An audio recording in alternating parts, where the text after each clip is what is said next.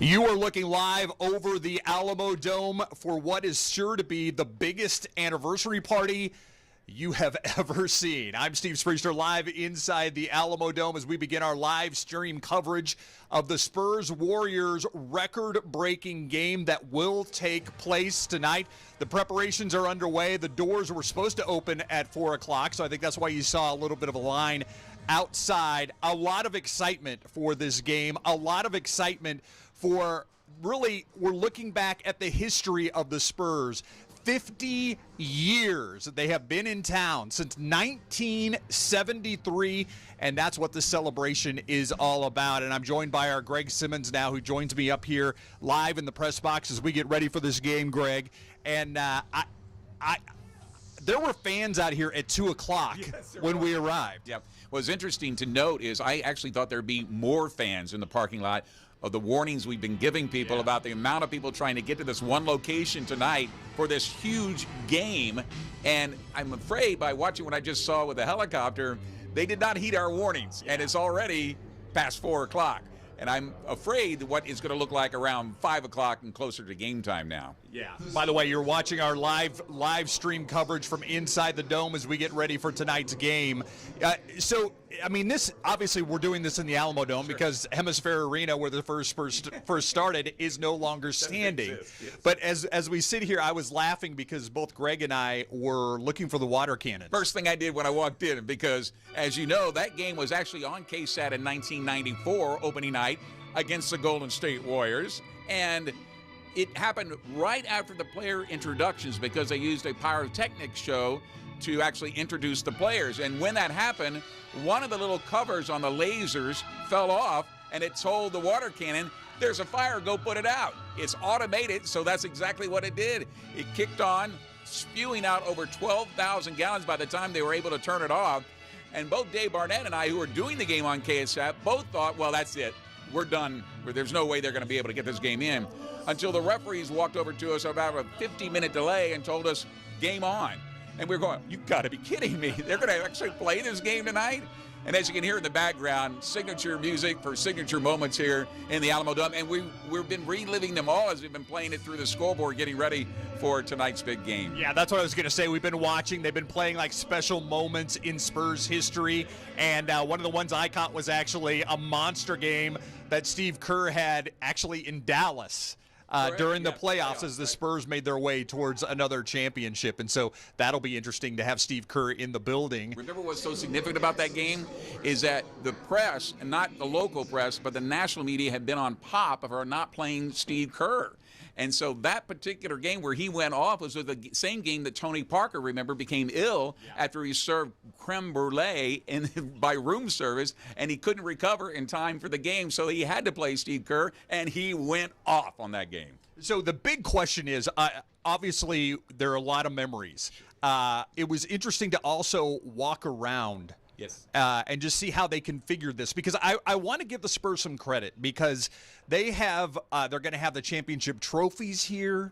They've got kind of a special motif around the outside. You can actually see it behind us, kind of the Alamo City motif behind us, the court, all of the great things that they have set up. And I talked to Tom James before the game, who's with the Spurs, and he told me, we weren't sure what to expect. Yeah. We thought maybe, what if we open up the Dome and we only get 20, 30,000 people? Yes, that's not going to be the case tonight. And what's interesting about this event goes back also to the Golden State Warriors, is Steve Kerr was a member of the Chicago Bulls when they broke the record when they played the Atlanta Hawks in the Georgia Dome, and that was over 62,000. And now how ironic, he's part of this history-making event tonight with the attendance record that's going to be set, we believe, over 65,000, and even perhaps maybe 66, since they're selling standing room only on the floor tonight, as well as single seats and also some other seats they have available, which are restricted view.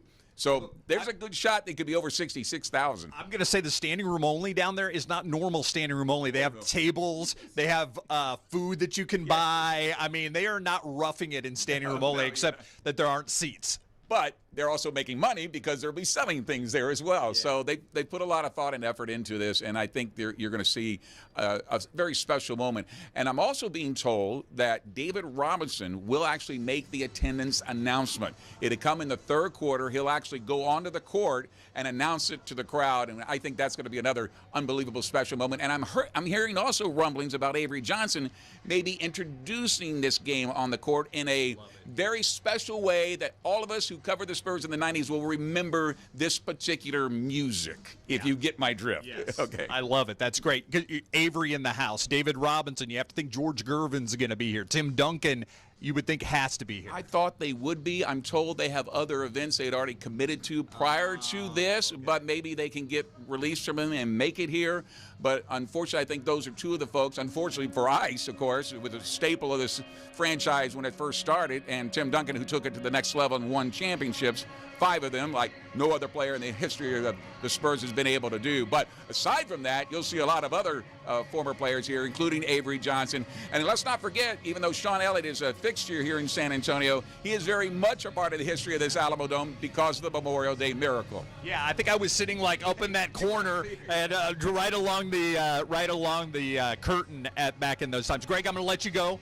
I know you're a busy man. Thank you very much for being part of our live stream. All right. We've been showing you the helicopter shots, Sky 12 over the dome, and the amount of people that are out there. So let's go out there. David Sears, RJ Marquez are right now in what they're calling the fan zone outside. Guys, take it away. All right, guys, we have got a pregame party already in full force out here at the Alamo Dome, the HEB Plaza. RJ Marquez, David Sears, and wow, David, we had a line wrapped around the corner of the building, and now some of the fans are being allowed inside. So they're still holding them from the doors. They're not going to let them in the doors until 4:30. But the line was way out there, man. These people are like fired up, ready to go for the San Antonio Spurs' 50th anniversary. And if you listen real close, we can't let it go long. Hear that? That's 90s music, baby. Welcome home. Woo-hoo! I know. David, you're in your element here. Yeah, we got some 90s rock going on here. Played a little bit of Selena earlier. And this is where the pregame fun's going to be had, and then the postgame fun as well. Look at the line over here, but I want to point out one of my favorite fans right here. Okay, we're live streaming right now, and I want to point it out because I want him to turn around. This is not Jeremy Sohan's jersey. No, this is the original number 10. Yeah, baby. Yeah, you talk about memories. That brings back memories of the Alamo Dome. Some good, some not so good. Yeah, definitely. But it brings back some memories. Some good Dennis Rodman. Yeah, there we go. What do you remember about the championship year? The 99 season? Yeah, what do you remember? Man, I was like 3 years old. I remember sitting on my dad's lap, watching the You were TV. 3? 3 years old, watching it, sitting on my dad's lap, watching the TV. But it was good watching it, and especially with Avery Johnson being on the stage. He was a good MC, good host. Yeah, definitely. Man. Definitely hyped up the crowd in the 99, so definitely. Yeah. The original 10 right here for Dennis Rodman. So how cool is it being back here to celebrate 50 years, but also this return here and be part of this historic crowd? It feels great, man. We grew up watching games here at the Alamo Dome, and then like just to come back here and relive the moment. It's awesome. I'm very excited for tonight's game, especially for us to be here with everybody here in San Antonio. And big shout out to Clever Print House. So you're just looking at a big party here. Yeah, 12? Yeah, the arena too. Hemisphere Arena? Hemisphere Arena. Okay, yeah. So what's it like? What's it like to come back to the Alamo Dome and experience this tonight? My dad and I were at the 73 season, and we were here 50 years later, so it's been a great time. So y'all are. COVID season, we've been to a game every year. Are you serious? Since 73. Wow. Favorite memory from the Dome? Well, I wasn't here, but watching it is the Sean Elliott shot. Has to be. And then the championship, 99 championship gathering we had here. It was great. 40,000, 50,000 people packed in there celebrating the championship. It was awesome. Yeah, it was awesome. All right. Well, see, now we're talking because. Yeah, we've been here since 73. Hemisphere Arena. Hemisphere Arena. What do you remember about the Hemisphere Arena? Well, it was smaller for sure. And what was it like to move to the Alamo Dome? Great. Huge improvement for the better. Yeah, more fans. Oh, yeah, a lot more fans. Just look at them. Just take a shot down there, Adam. Just look at all those people down there. And we were talking about this earlier, guys. This line was wrapped around the building as people are getting here early and getting ready to go. Cheers. Yes, sir. Yes, sir. How you doing today? All right. Yes, sir. Willie Anderson. Oh, okay. And we picked him. Yeah, you're throwing it back to the Willie Anderson days. Now, we Yes, have sir. a thing called Flight 40 when we sit up in the Hemisphere Arena, and we had a little club for Willie Anderson because he's from Georgia. What's your favorite memory from the Spurs about playing here at this place? A lot of people say Sean Elliott. Well, the Motor Day Miracle. Yeah. That was won the about first it. championship here. There's some I remember when we played New York and in the championship, and I remember Spriester and all those guys were playing. Latrell Sprewell, yeah. And I had some friends from New York, and I wanted to beat them so bad. 'Cause I said, we don't win number one. I remember that series. That was serious for me. And of course, Tim Duncan started his career right here in this building. 5 championships later, man. How crazy is it looking back now 20 years since they last played here? Yeah, I remember when that year when everybody got hurt. Dominic Wilkins was the star of the team. Yeah, they brought us and I remember that year we were about jockeying, some like we jockeying right now for Tim Duncan, but we was at 13 though, so that was the whole deal. And by us getting it, and Boston fans, like most of my fans for Boston, they just knew they was gonna get the #1 pick. Tell me, what is it like to just come back here and see the Dome and be a part of this 50th celebration? Well, this is for me, because I'm 74 years old, so I've been around the block a little bit. But for me, to live long enough to see this happen, 50 years, and it's amazing how 50 years go by like that, you know. Because I was in your wildest imagination think the Spurs would win 5 championships when they first came here? Never, because I remember when Terry Cummings, we won the Midwest Division Championship. We walked around with our shirt, Midwest Division champions. That's the only. I was happy enough there. Well, he was talking about Willie Anderson earlier, this is a long time, lifelong Spurs fan. Yeah, I can good. Yeah. You remember the Bruise Brothers, though? The Bruise Brothers. And the iconic ice poster. Somebody's got one of those somewhere. Where he's sitting on the black light. Oh man, this is just, and that's the thing about it is not just the fact that we're coming back to the Alamo Dome and we're celebrating 50 years, but I mean it's all the memories from the early days when Gervin was finger rolling, and all these guys that have come through and Johnny Moore. I mean, and that's the thing about it. I mean, it's the Dome and we're celebrating being back here in the Dome, but man, just to remember all those days back in the Hemisphere Arena, sitting behind the blocked seats where you had obstructed views. Had a big pole. Man, this is fun. This is great stuff. How much did those tickets cost? $1. Oh, there you go. $1. $1 for one of those tickets. And then we'll work our way over down to the floor, and we'll yell. And when we'll yell, we can hear our echo because not how many people was in there. And I remember the first year Willie Anderson played, and we were playing Magic Johnson and the Lakers. We won that game against them, the first game of the year, and then we lost the next 20. Okay, all right. Well, thank you very much, sir, for sharing some of those memories with us. You have yourself a great time tonight. Yeah. So, guys, it's just a lot of fun out here. Oh, well, here we go. Yes. Yes. I've never watched the game, but I actually tried it for America's Idol here, so that was a cool experience. Awesome. Yes. Yeah. Great stuff. All right, David. Again, so doors opening here at 4:30, tip-off at 6:30 here. This game's going to be on national TV. So obviously a lot of people, David, listened and got out early. Who did? They got out of work. Good thing it's a Friday. Got out of work, school. Got out of work, got out of school. There we go. Mr. Rock. Did you get out of work early today to get out here? No, me? No, I'm from Corpus Christi. Corpus Christi. What do you think about coming back here? Did you ever come to a game here? You know who you're talking to? I was here when Sean and Elliott made that shot. Remember when you did? Yes. Were you here when the cannon went off, though? That's the question. No, but I saw it on pay-per-view. Okay. Did you ever experience any? Never mind. I always talk about the leaks in the dome. Because you remember when we used to have leaks in the dome when it rained? Yes, I remember that. Yeah, yeah. Got those memories too? Yes, I have every memory. My dad right here, he took me to every Spurs game. I went to the first Spurs game in 1993 at the Hemisphere Arena before it was Alamo Dome. Yeah, that's just great Yeah. stuff. Yeah, yeah. So your favorite memory of the dome, other than the Sean Elliott shot? Just being here, man. It's happened to went to every game. Yeah, it was Spurs are family, and this is family. This is my cousin. He's from Corpus, too. Yeah. You guys are from Corpus. Do you live in Corpus now? I do. He did. So you drove up from Corpus to be here? Yeah, of course. Yeah, why not? Were you living in Corpus while you were coming to Spurs games? All the time. All the time. You drive up here for Spurs Yes. games? That's dedication right there. Yeah, all the time. Hey, Avery Johnson game worn right here. This is Avery Johnson game worn. This game worn. Hey, wait. I got the Rodmans right here. That's Rodmans right there. Oh yeah, I'm on here. It's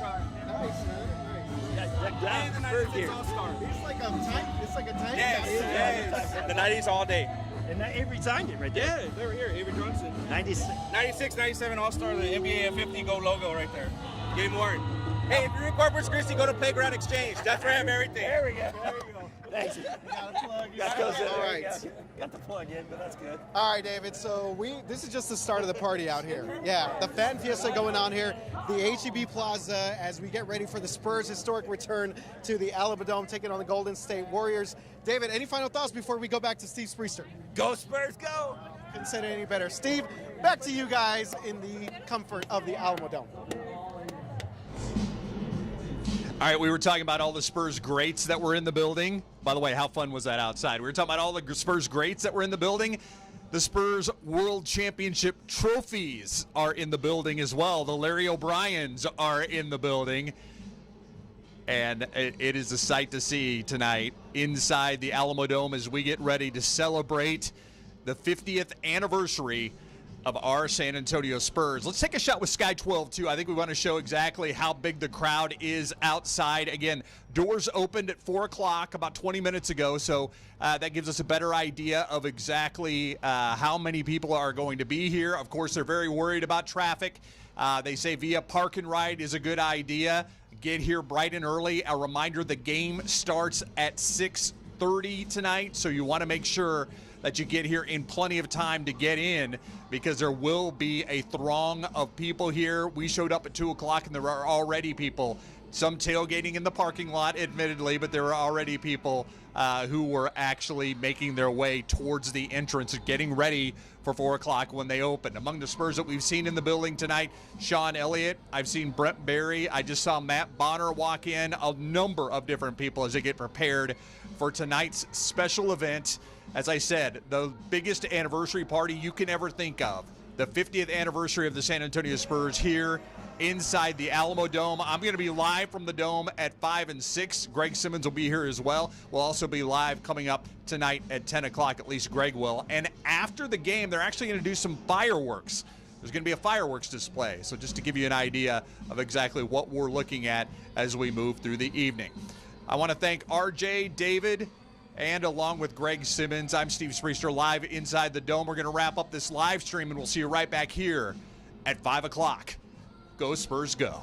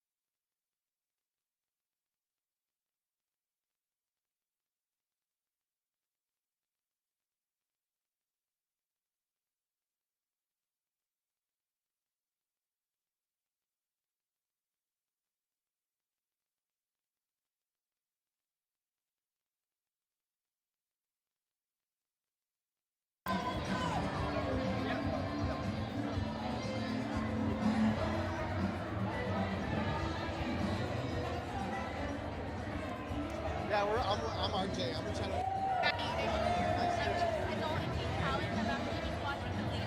Oh, okay. Oh,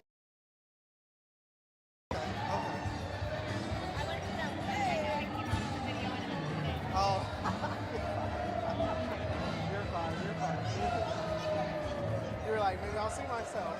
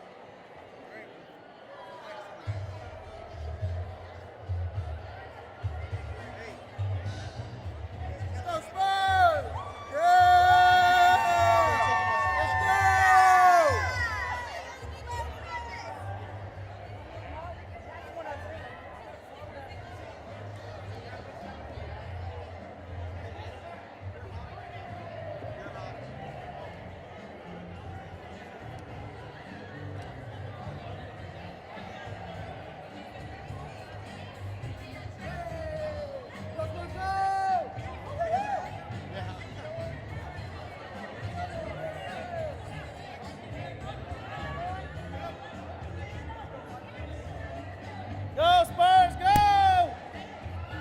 Go Spurs, go!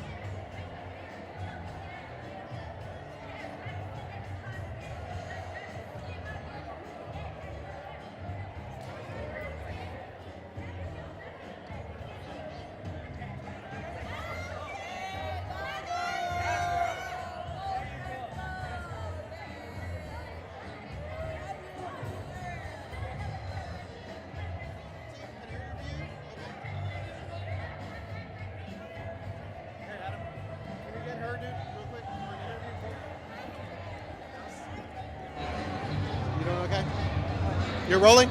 Okay. All right, Sophia, how cool is this? Awesome! It's about time 50 years and counting. Yeah. And you guys are coming back to the Alamo Dome. How excited are you about this? Oh, it was very exciting to come back to the Alamo Dome. It's been a while, but it's amazing. You are the Spurs super fan, so talk about putting this all together. How long? Well, I wanted to promote, the Alamo Dome, the 50th year, and especially my beloved Spurs. What do you remember about the team at the Alamo Dome? Oh, the championships, and I was always in the Raptors, and 50 years later, I'm still in the Raptors. Okay, thank you so much. All right, okay. Thank you. Go Spurs, go!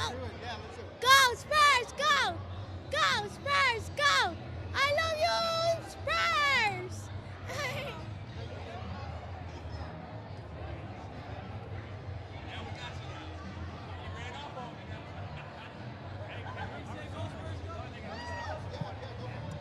Ready? We're gonna say go Spurs, go! Yeah. Ready? Yeah. All right. Ready? 1, 2, 3. Go Spurs, go!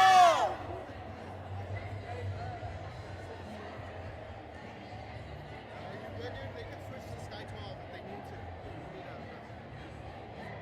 Okay.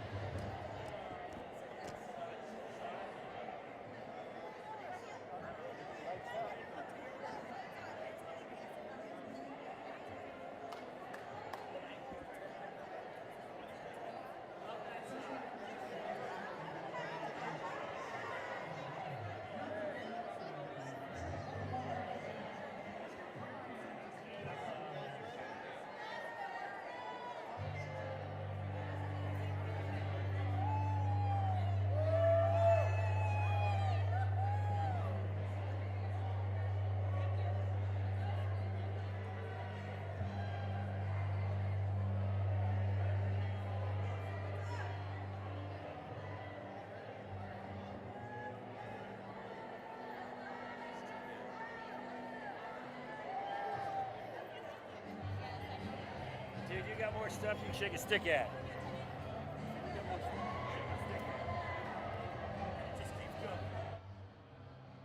Oh, Adam, we could switch over. Let me tell him we could switch over.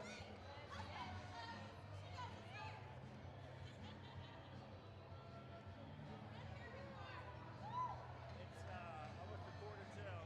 Yeah. You want to stay in here or you want to go in there?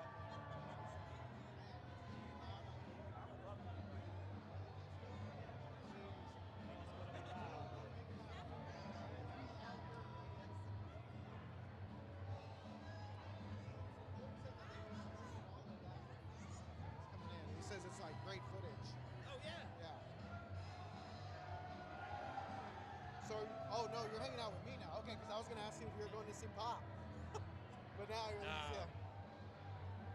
But I guess we could get it. Well, I don't care what it says. All right. This stuff.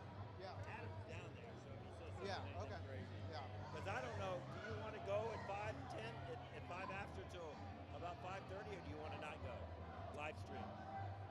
I think we'll be fine. They're going to be taking the press conferences and everything. All right, if you guys are listening to us right now on KSAT.com, you guys have been seeing the open of the doors here at the Alamo Dome. This is the doors open at 4:30. There was already a long line of people that were hanging out outside the Alamo Dome. So we're going to be live at 5 o'clock to bring you the very latest from this whole scene here at the H-E-B Plaza. It is pretty wild. So let's go ahead and check out Sky 12 if we can. So if we can check out Sky 12, love to do that. And we'll be back with you guys at 5 o'clock.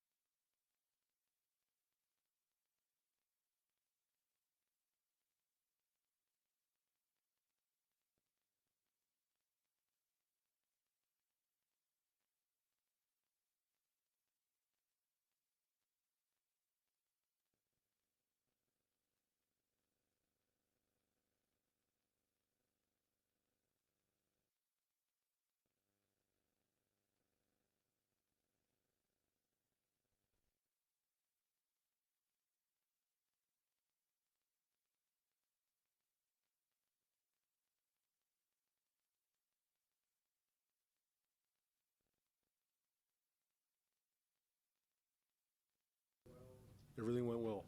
Yep. Were you hit with any particular memories or nostalgia walking into this building today?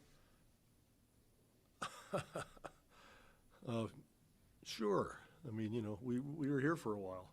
A lot of games. It looks a little different than it did then. They've configured it a little bit differently, but sure. You know, different people, different situations. It's great to be back for this game. Coach, did you tell your players anything special to prepare them to play in such a big arena? I did not. Nope. I don't think that I would have anything to tell them that they can't figure out on their own. It's just strange when you walk out there, but it's the same for everybody, so, you know, they'll get used to it. Yes, sir. Hi. Any favorite memories looking back? Any particular moments, any games, 99 title? Anything that, memories? Yeah, that was fun. That was fun. I don't look back very much, you know, so that stuff all goes away. You just kind of look forward to what's going on at this moment, but it's mostly about people and friends, like, you know, being with Steve last night, being with Avery, that kind of thing, being with Sean. It's about the people and the relationships that you form over the years, and over time, you know, you get introduced to their children, and you watch them grow and all that sort of thing. So those are most of the memories. Not that many on-court memories. As far as what's happening now, I mean, the crowd's going to be 65,000-ish. Does that excite you? Yeah, that's pretty different.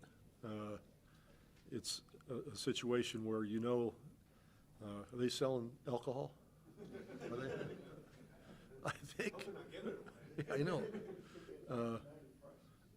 I think that people will be pretty fired up. It's just an exciting moment for everybody, and you know, it's nostalgic for everyone. But to have that many people in one building and be able to play in front of them is pretty damn exciting, actually. So we hope that it's a good game. Will one of your assistants handle halftime so you can see tag team? I'm going to go up to the bar at halftime. With young players, you know, having playing for 65,000, you have to tell them anything, or can you tell their nerves with them, or excitement? No, you know, we'll use a little bit of humor in the pregame, you know, that kind of thing, just to loosen them up a little bit. But you know, these guys have all played not in front of this many people, but in all kinds of situations through high school and through college. You know, they've all been so highly regarded and touted for their whole lives, really. They're used to this kind of attention. It's just multiple numbers of people, that's all. Steve yesterday talked about one of the big reasons he loves San Antonio, and kind of hit on it, was he raised his family here. It was essentially the start. So when you hear things like that, some of the stories I'm sure you heard from last night, Avery, does that Right. kind of hit just really a different place in your heart, knowing that you had an impact in that regard, or you saw that? Well, sure. I feel that's probably my greatest satisfaction in having had this job for so long. You know, his kids are married now. He became a grandfather. You know, that sort of thing. So those are all moments that you cherish, and as I said, relationships that you cherish. What could be better than that? You know, somebody got beat back door, or somebody didn't block out, somebody shot a bad shot. Who gives a shit? You know, but people's children and what they're doing with their lives, and you know, they become coaches, and they become businessmen, you know, like Avery and David or whoever. Sean becomes a lazy commentator on air. I got to get him once in a while. It's just fun to see all that. That's the real satisfaction in this. Everybody wins, everybody loses, life goes on. And you all do the same. You know, your relationships with your family and your friends are more important to you than, you know, whoever's that is, you know, that kind of thing. Speak up, please. Speak up. Did you stop to look at any of the photos of the young man who coached this team 20 years ago? You know better. You know better than that. I haven't read an article about any championship to date. It's just not that important to me. I cherish it. I wouldn't give it up, but it's not that big a deal where I'm going to go back and read about it or look at photos and that kind of thing. The reason I ask is they're hanging up all over the place here. I don't know if you noticed it. No, I haven't. Really? Go take them down. Pop, can you Yes. appreciate, though, I mean, if we rewind 25 years, people weren't saying that this was going to be a 25, 30-year run for you and just the way that For anybody. It's, can you kind of remember, I don't know, I guess before the first championship, it all felt a little bit more precarious. well, I don't, you know, I don't think you plan like that. You know, when I was in high school or I was at the academy, I didn't say, this is what I'm going to do. I didn't go to the Air Force Academy to be an NBA coach. You know, that's not what you do. But things happen in all our lives. You take certain paths, you make certain decisions, and all of a sudden you get down that tributary. So for me, it's, you know, day to day, year to year, you just do your job, and as we all do, and we end up in different situations. Hopefully situations that we enjoy. So I've been pretty fortunate that way. Anybody else? Have a good night. Enjoy it.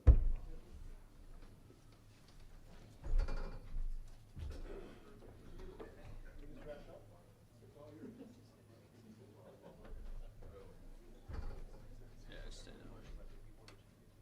We kind of wedged it in there, but lift it up and slide. Tip it back.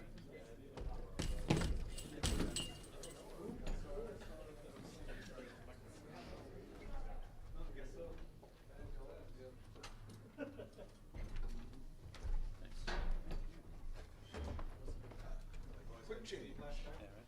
That's got to be efficient as it comes. Yeah, right.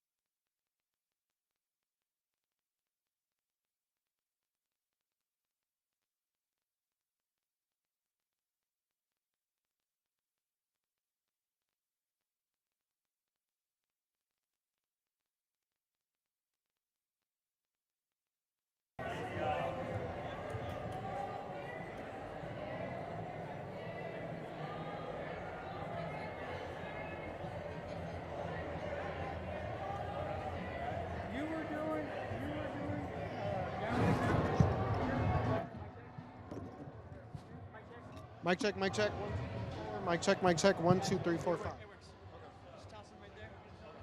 I got you.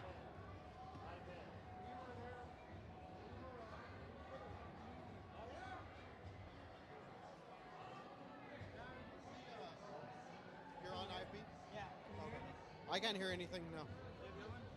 Huh? You have the other one? It's in your pocket. I have. Oh.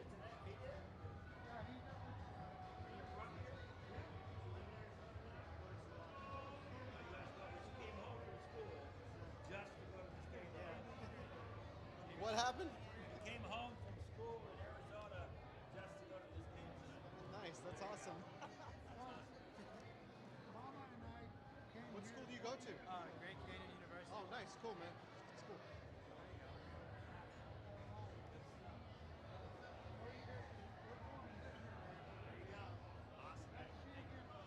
Awesome, guys. Have fun, man. Have fun, sir. Sir. Are we doing a live interview or we're just going? We can do a live interview if we get somebody, or we can just talk. We can corral somebody over here. I can hear. Mic check, mic check. 1, 2, 3, 4. 1, 2, 3, We can do 4, like a 5. quick interview. Inside the concourse at the Alamo Dome, right by the HB Plaza. Mic check, mic check. Interview me. So like when you came back in the What's dome, your memories? the 99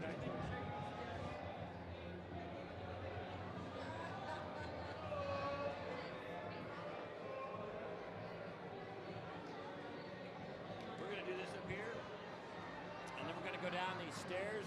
We're going to go in there, take a left, go down the stairs on the floor, get on that logo down there.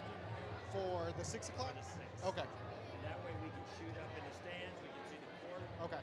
We can shoot in the stands. Because Okay. by then, at 6 o'clock, Yeah. Okay. now, between now and then, dinner doesn't sound like a bad thing. Well, now, yeah, let's do that because That'll be it for the rest of the That'll be it for the rest of the night. Unless you want to buy some room.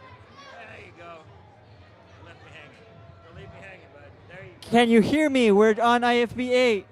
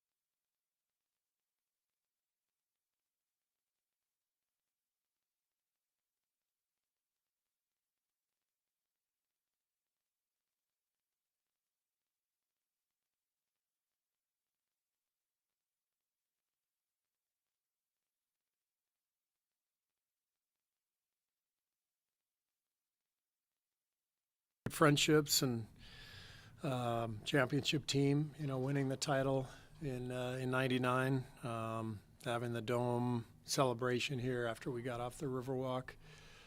yeah, all great stuff. Coach, what do you remember about the Memorial Day miracle other than that it was like really bad shot selection, right? I just remember we were kind of dominated the whole game. It felt like Portland was in control of that whole game, and then that shot not only changed the game but changed the whole series. Was it game 2? I think it was game 2, right? Yeah. And then we went and won games 3 and 4 in Portland. So it turned what would have been a really tough series into a sweep. It was that big of a momentum shift. Steve, after last game, you talked about how that needed to kind of be a wake-up call for your team. So just how important, especially as you head out on this road trip where it hasn't been that friendly, to set the tone and hopefully, carry some form. Yeah, we need to play with better energy and force from the beginning, and I think we will. I thought our fourth quarter that night showed what can happen when we take the fight to our opponent.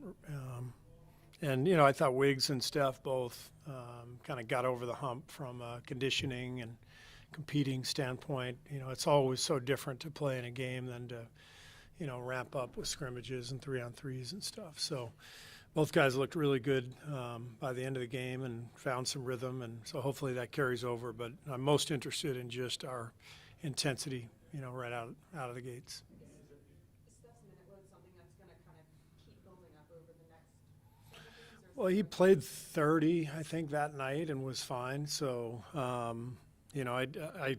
we don't want to overload him, but we're also not overly concerned with the minutes. Is there a particular significance or need to get going on the road and win a couple of games and kind of get that albatross off you a little bit? For sure, yeah. We need to correct that. I mean, if you're going to be any good in this league, if you're going to win in the playoffs, you've got to be able to win on the road. And we haven't done that much at all this year, so this is an important road trip for us. Steph scored a lot of points in the fourth quarter, but how important was it for him to play some really intense defense as well and kind of feel the contact with his shoulder? Yeah, that too. I mean, both Steph and Wiggs, I just felt like there's a different level of conditioning and physicality that you feel in the game, and I thought both guys got over a hump, and we'll see how they feel today. This might be a weird vibe with the Dome, and it's generally tougher to shoot in an environment like this. So we'll see how the game goes, but I think both guys will be a lot more prepared physically than they were last game. Steve, 65,000 is just a number, but how do you grasp the magnitude of playing in front of the largest NBA crowd ever for the players, for you? Yeah. I think it's just exciting. I think our players are used to playing a lot of big games and playing in intense environments, and this will be different. It'll be a brand new experience for them, and there's not really much you can say to prepare them. We came over yesterday to practice and get some shots up, and I think that was helpful. But it'll be a very unique game. In the regular season, when you have so many of them, some games stand out, and this one definitely does. It's going to be a really fun vibe out there. Do you remember how you shot it in that game at the Georgia Dome? I don't. I looked up the box. And? You and Michael combined for 41. I had 9. Double my career average. So when you all relative. I noticed you guys didn't shoot any threes back then. No. Yeah. That's right. Before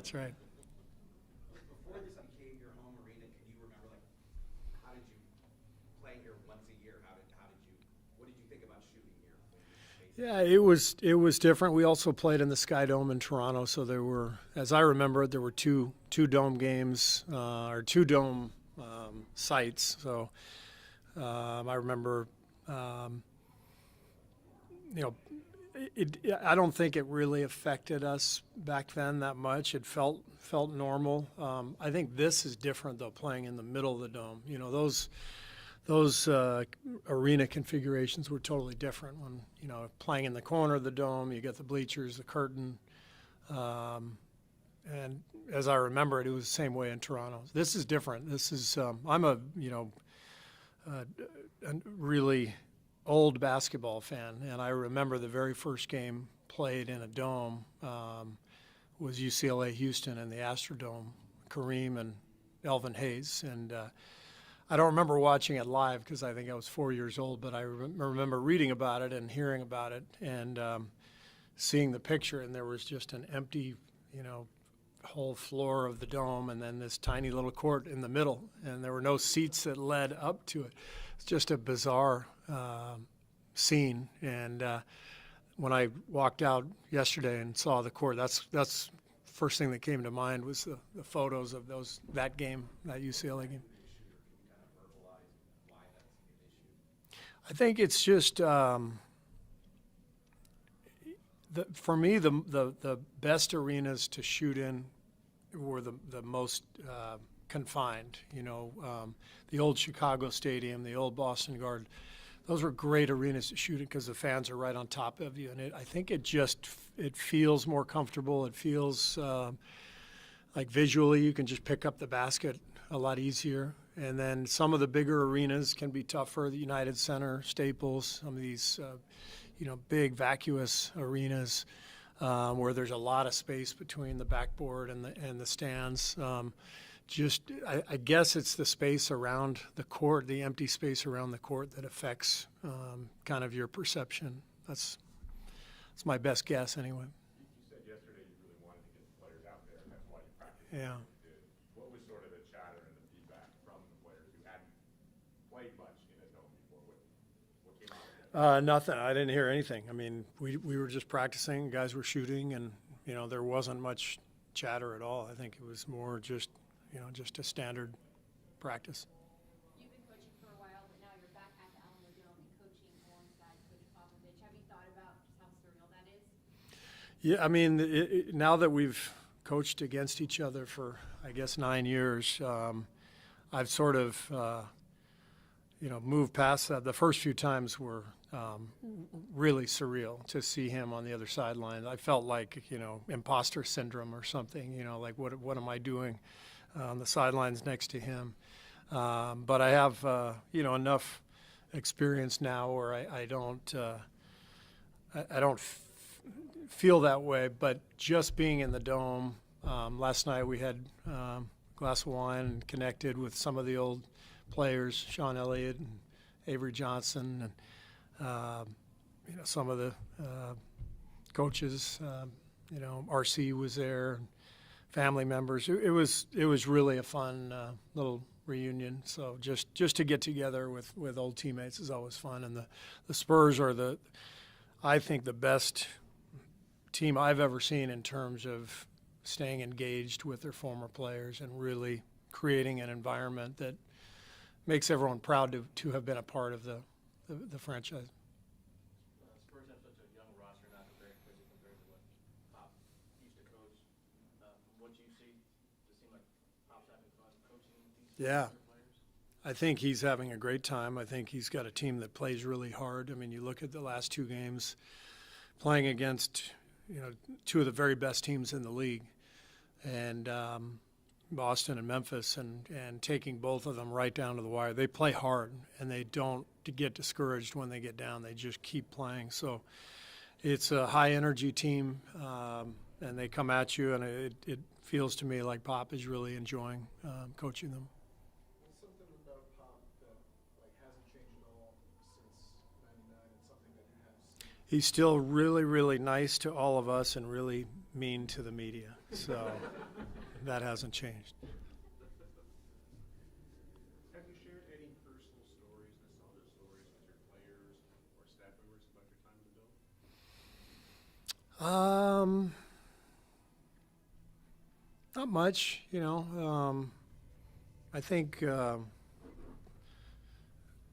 players in general don't really want to hear old war stories from their coaches, from 20 years ago. I mean, they were, barely born at that time. So every once in a while, a player will ask me, about my playing career. But for the most part, I leave that alone. Do you have a Alamo Dome post-game stop after the game? Alamo Dome. Do you stop anywhere on your way home after game? Post-game stop? Nah, not really. I was just go straight home guy. All right, thank you.